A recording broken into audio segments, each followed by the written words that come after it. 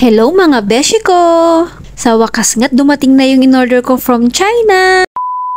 Dahil nga sa China yung boss ko, nagpasuyo ako para orderin to. Eto nga't excited na ako yan box. Water heater nga pala to mga beshi ko. At saktong-sakto, dito ko siya gagamitin sa shop. Para naman nakakapagkape ako kahit nandito ako. At least hindi na ako bibili. Makakatipid pa ako. Magadala lang ako ng sarili kong kape. Tingnan nyo naman kung gaano siya kaganda. Ang liit-liit pa. Sakto talaga siya dito para sa shop. At syempre, itatry na natin siya. Ito nga't kakatapos ko lang siyang hugasan. Dahil kahapon pa sinabi ng boss ko na ngayon to darating. Kaya syempre, nagbaon na ako ng kape. Ito nga pala yung paborito kong kape. Yung San Miguel na brand. Ang sarap niya kasi talaga. Kapag meron nga umuwi ng Pilipinas, pinapabili ko to. Ito nga't sineset up ko na siya. Magpapainit na ako ng tubig. Kaya lang mga beshi ko, meron ako isang problema. Naka-Chinese kasi yung mga sulat kaya hindi ko maintindihan kung paano ko to pagaganahin. At buti na lang meron akong application na kung saan pipicturan mo lang yung salita na hindi mo maintindihan. Pipicturan mo lang siya at lalabas na kung ano yung meaning. Sana gumagana rin tong apps na to sa tao para pag di natin maintindihan, itatranslate na lang.